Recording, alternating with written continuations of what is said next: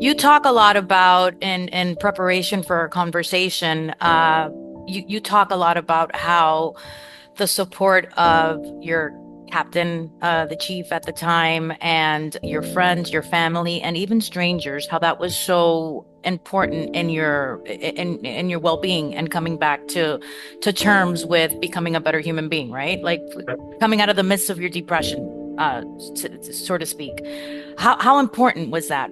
That Talk us through that. very important. My chief at the time of my shooting was Chief Cal Smokowitz, and I love that man. He's retired, but he supported me even when he didn't know I was there. Almost immediately, he reached out to the media and said that he supported me.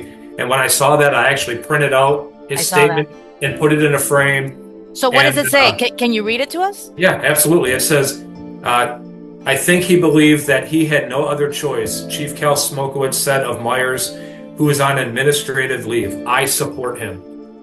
And when you know your chief supports you, when you know your boss supports you, you could be having a crappy day, but that's so important. That's so important. There were times that I came into work and I just couldn't be there. I was triggered for some reason. I don't know why, but I went into his office and I would say, Chief, I'm sorry, I can't be here.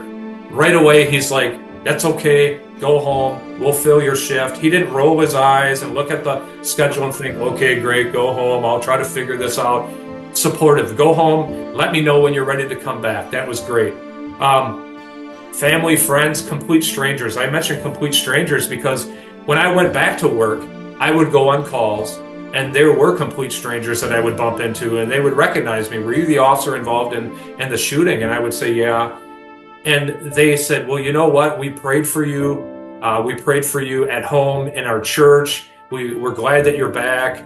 And I'm like, wow, I don't even know these people. And they were praying for me and they wanted me to be okay and to do well. And they would even say, can I give you a hug? And I'm like, absolutely. I'm a hugger. You know, it just really made me feel good. And my current chief, Chief Sean McGee, he hired me. During the hiring process, during the interview, I started off with, I just want to let you know this is what happened to me.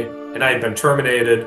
And he appreciated my honesty. And our police department has a boat patrol. And we were out on the lake one day. And he said to me, you know, I know that you speak.